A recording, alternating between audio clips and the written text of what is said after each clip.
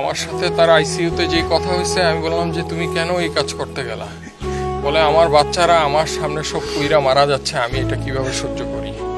আমি সর্বোচ্চ চেষ্টা করছি বাচ্চাদের, কিছু বাচ্চা বের করছি, আরও কিছু বাচ্চা বের করতে গেছি, এমন সময় এক্সপ্লোশন আরও জোরে হয়ে আমি আর কিছু জানি না।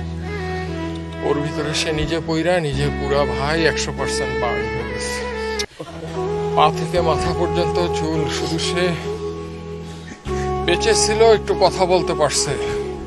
আইসিইউতে তারা যখন আইসিইউতে যখন তাকে চিকিৎসা নিছে এবং তাকে যখন লাইফ সাপোর্টে নেওয়ার আগ পর্যন্ত সে লাস্টে একটা কথাই বলছে যে আমার হাতটা একটু, ডান হাতটা দিয়ে বলছে আমাকে একটু শক্ত করে ধরো ডান হাতটা।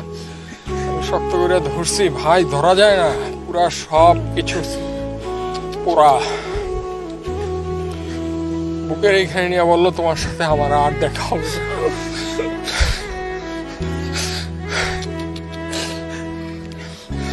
এরপরে ভাই ভেন্টিলেশনে নিয়ে যায়, এর 1-1.5 ঘন্টা পরে কার্ডিয়াক অ্যারেস্ট করে সে পৃথিবী থেকে বিদায় নিয়ে, আর সে আমাদের সবাইকে ফাঁকি দিয়ে চলে গেছে।